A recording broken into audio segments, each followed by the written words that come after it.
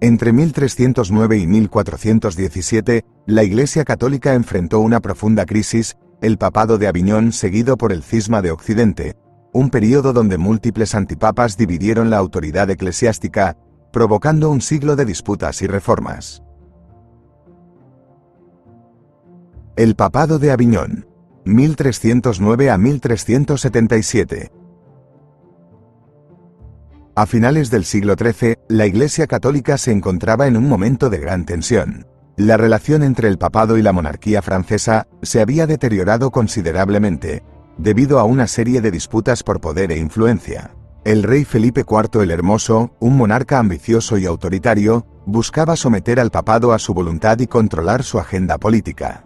En 1305, tras la muerte del Papa Bonifacio VIII, los cardenales electores, temerosos de las represalias del rey francés, eligieron a un nuevo papa italiano, Benedicto XI. Sin embargo, Benedicto XI murió al poco tiempo, y los cardenales, reunidos en Perusa, se vieron nuevamente ante la difícil tarea de elegir un nuevo pontífice. En este contexto, un grupo de cardenales franceses, presionados por Felipe IV, secuestraron al cardenal italiano Roberto de Angulema y lo forzaron a aceptar el papado bajo el nombre de Clemente V. El nuevo papa, temeroso por su seguridad y sometido a la influencia del rey francés, decidió trasladar la sede papal de Roma a Aviñón, en el sur de Francia. El traslado de la sede papal a Aviñón, conocido como el cautiverio de Babilonia, marcó el inicio de un período de 68 años, en el que los papas residieron en Francia, bajo la fuerte influencia de la monarquía francesa. Durante este tiempo, los papas se vieron obligados a ceder ante las presiones del rey francés, nombrando obispos y cardenales franceses, y apoyando las políticas del rey en sus conflictos con otros reinos. Cisma de Occidente, 1378 a 1417. El año 1378 marcó un punto de inflexión en la historia de la Iglesia Católica. La muerte del Papa Gregorio XI, quien había regresado a Roma, tras el largo período del Papado de Aviñón, desencadenó una profunda crisis que desembocó en el llamado Cisma de Occidente, un evento que fracturó a la Iglesia y la sumió en una época de incertidumbre y división. Las semillas del cisma se sembraron durante el Papado de Aviñón 1309 a 1377, cuando la sede papal se trasladó a Francia, bajo la influencia del rey Felipe IV el Hermoso. Esta decisión debilitó la imagen de independencia y autoridad moral del papado, generando un profundo descontento entre muchos fieles y clérigos en Europa. Tras la muerte de Gregorio XI, los cardenales se reunieron en Roma para elegir a su sucesor. Sin embargo, las tensiones entre las facciones francesa e italiana del cónclave llevaron a la elección de dos papas rivales, Urbano VI, apoyado por los cardenales italianos, y Clemente VII, respaldado por los cardenales franceses.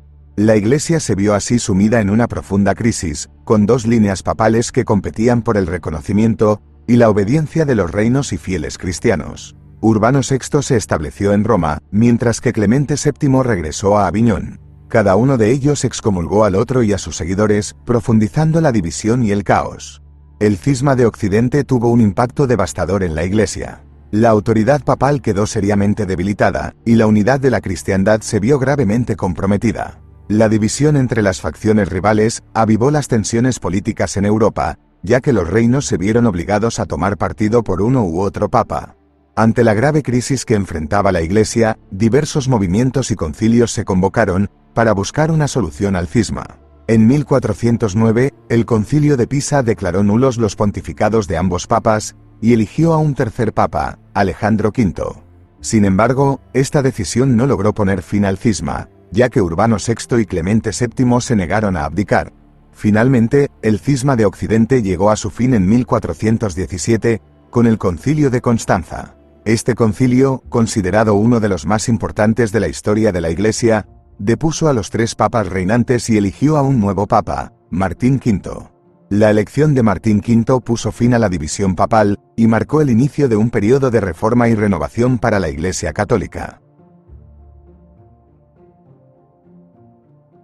Consecuencias a largo plazo. Una de las consecuencias más significativas del cisma fue el debilitamiento de la autoridad papal. La división papal y la lucha por el poder entre los papas rivales erosionaron la imagen de liderazgo y autoridad moral que la Iglesia había construido a lo largo de los siglos. Esta crisis de legitimidad allanó con acento agudo el camino para el cuestionamiento de la autoridad papal y el surgimiento de ideas reformistas que desafiaban la doctrina y la estructura de la Iglesia. El cisma de Occidente creó un terreno fértil para el surgimiento de la Reforma protestante. La insatisfacción con la corrupción, la venta de indulgencias y la falta de liderazgo moral por parte de la Iglesia impulsó a figuras como Martín Lutero a cuestionar las prácticas y dogmas de la Iglesia católica. La Reforma protestante, que se desencadenó a principios del siglo XVI, representó con acento agudo un desafío frontal a la autoridad papal y condujo a la división permanente del cristianismo occidental. La división interna de la Iglesia y el surgimiento de movimientos reformistas permitieron a los monarcas europeos desafiar con mayor fuerza la autoridad del papado en asuntos políticos y religiosos.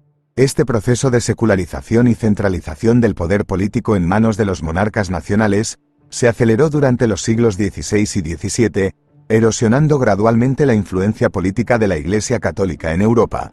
A pesar de las consecuencias negativas, el cisma de Occidente también generó un impulso hacia la reforma y la renovación dentro de la Iglesia católica.